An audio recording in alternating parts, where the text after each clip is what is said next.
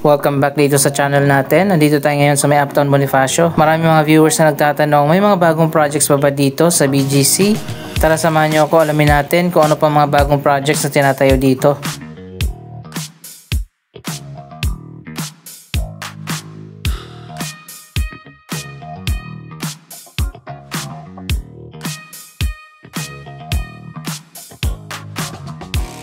Para sa mga hindi pa familiar dito sa BGC, ang Uptown Bonifacio ay nasa northern part ng Bonifacio Global City.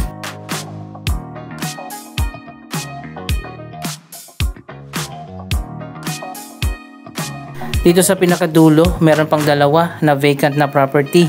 At itong isa ay confirmed na natatayuan ng isang high-end residential condominium, ang Uptown Modern.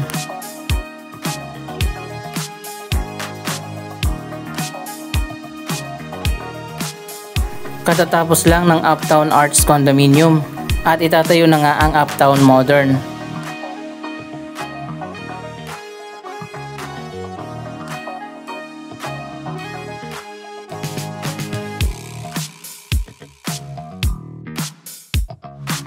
Yung isang property dun sa dulo, hindi ko pa alam kung anong project ang tatayo dun. So ayun na guys, ito na nga ang pinakabagong Uptown Arts Residences. Nasa likod lang ito ng JP Morgan Building.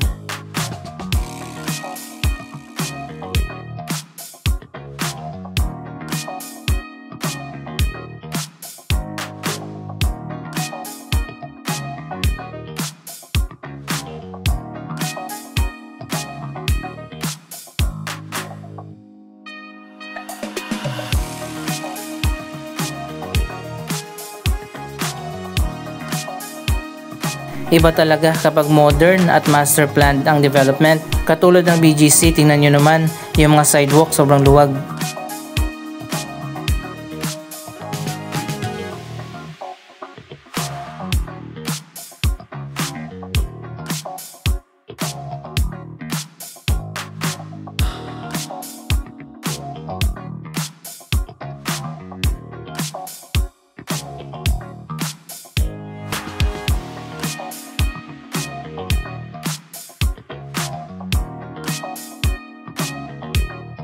May isa pang Japanese condominium development na malapit na matapos.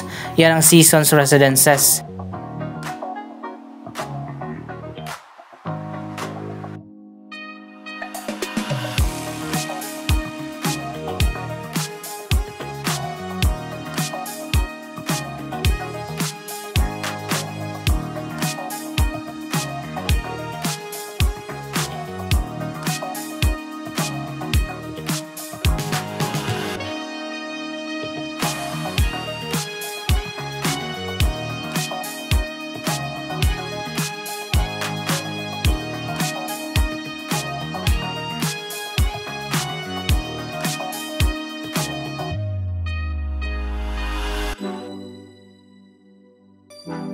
Ito ang Bonifacio March Monument at meron ding mini park dito.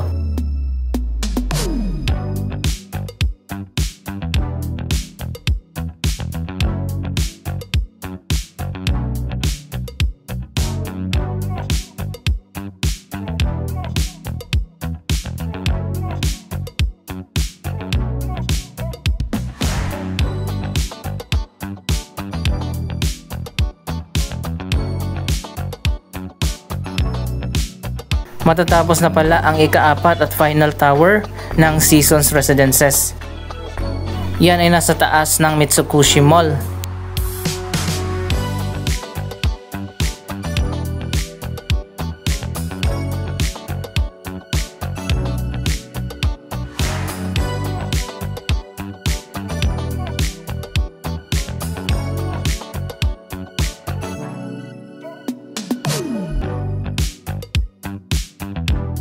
Ang Mitsukushi Mall naman ang kauna-unahan na Japanese mall dito sa ating bansa. Dito sa pinakadulo ng Uptown, meron pang bagong project na itatayo.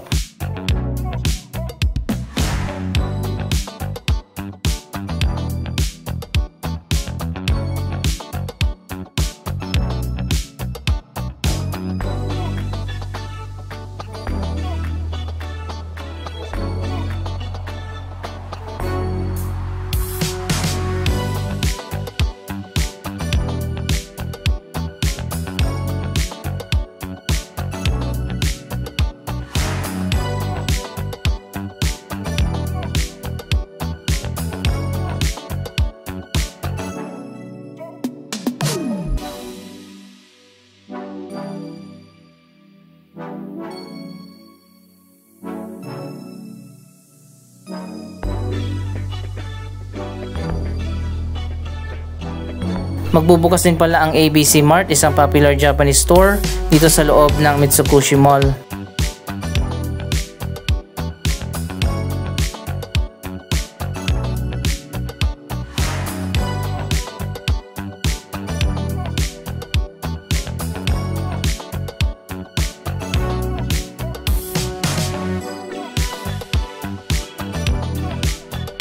Para sa mga hindi pa nakakaalam, lumipat na ang MC Home Depot dito sa Uptown Palazzo. Nasa taas na yung bagong Home Depot at nasa baba naman yung Lander Superstore.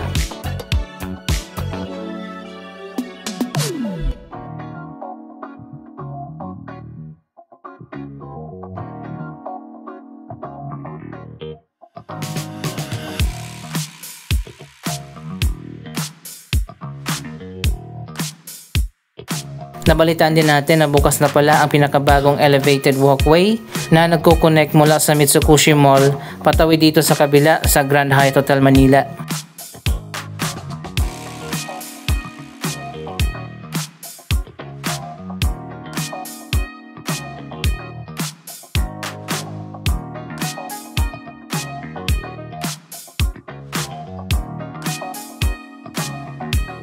So ayun, tapos na nga itong bagong ginawa na elevated walkway. Connected na yung 5-star hotel dito sa Japanese Mall.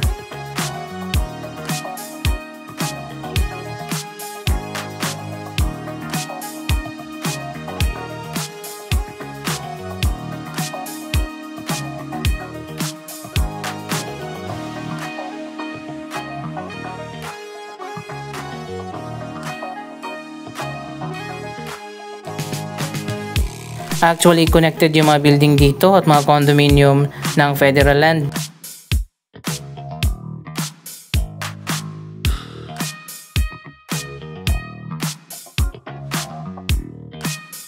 Maganda rin na developer ang Federal Land. Marami pa silang mga upcoming projects ka-partner ang mga Japanese company. At ito nga pinakabago nilang project, ang Mitsukushi Mall at ang Seasons Residences na gagamit ng Japanese technology.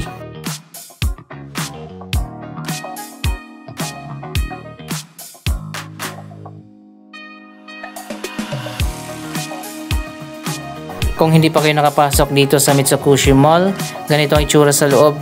Hindi na natin ikutin pa yung buong mall, marami pa tayong pupuntahan. Panoorin nyo na lang yung vlog na nag-explore ako dito sa buong Mitsukushi. Hanapin nyo na lang dito sa channel yung may playlist na Exploring Philippines.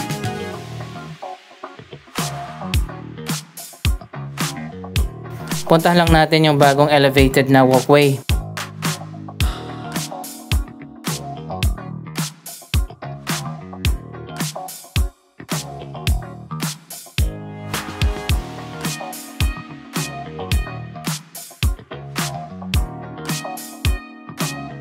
Maraming mga restaurant dito. Kung mahilig kayo sa Japanese products, Japanese food, at Japanese culture, pumunta na kayo dito sa Mitsukushi Mall.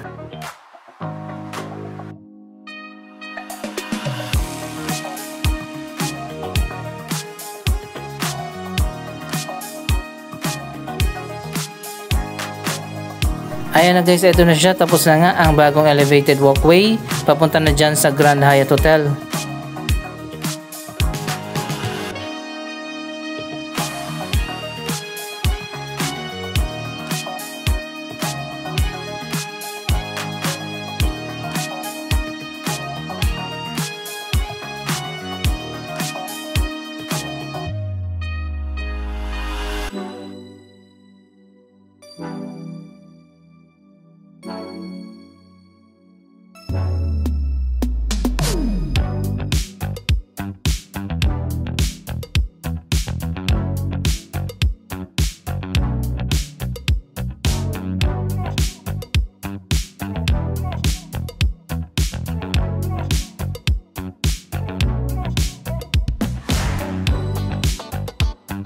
Ang ganda naman itong walkway na ginawa nila.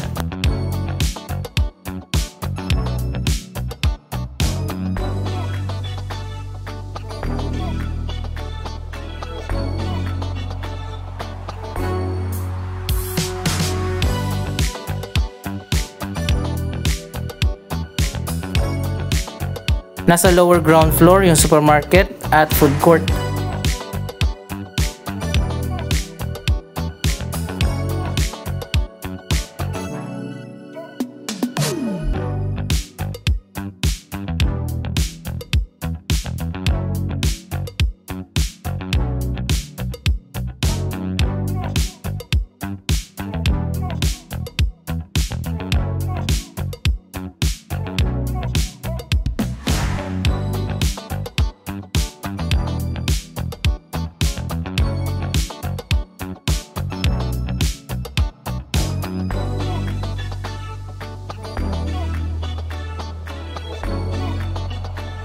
So ayan, ito yung Grand Hyatt Hotel Manila.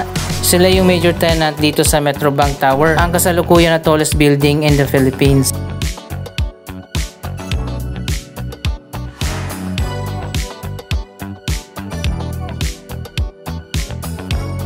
Konti na lang talaga yung vacant property dito sa BGC.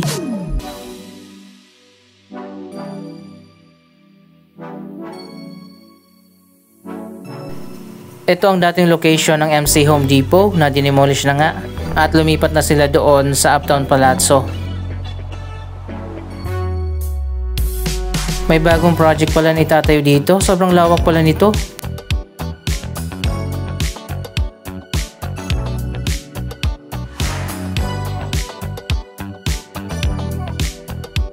Ito naman ang Globe Turf, ang nag-iisa na football pitch dito sa BGC.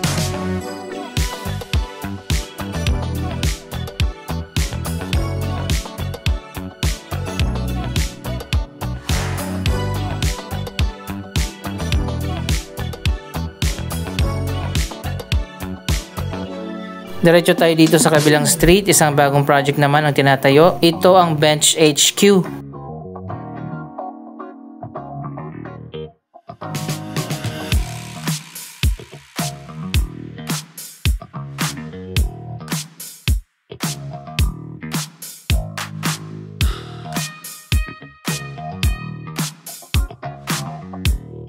Kung hindi ako nagkakamali, nasa 40 floors ang premium office tower na itatayo dito.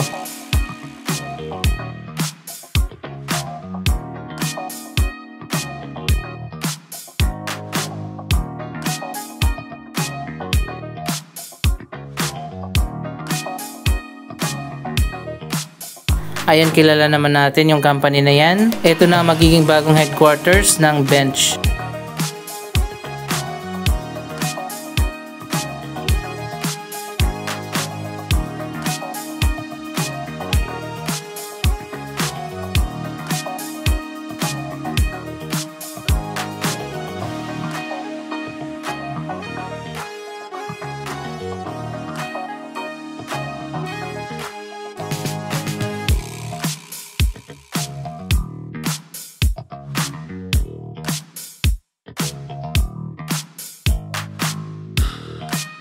Malawak din pala itong area nila. Ngayon ko lang nalaman, meron palang Park Triangle Mall, pero parang walang tao dito.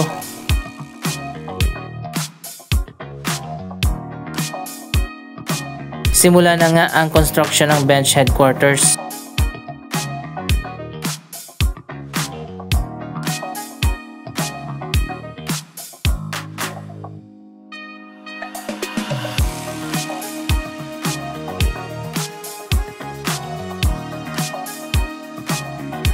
At finally, ang pinakabagong project dito sa may Uptown, ang Park East Place. Ito isang bagong high-end condominium na naman ng Ayala.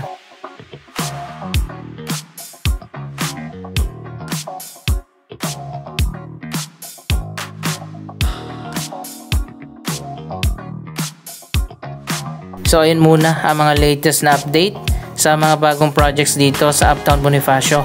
Anong masasabi nyo sa mga proyektong ito? Mag-comment lamang dyan sa baba ng inyong mga reaksyon.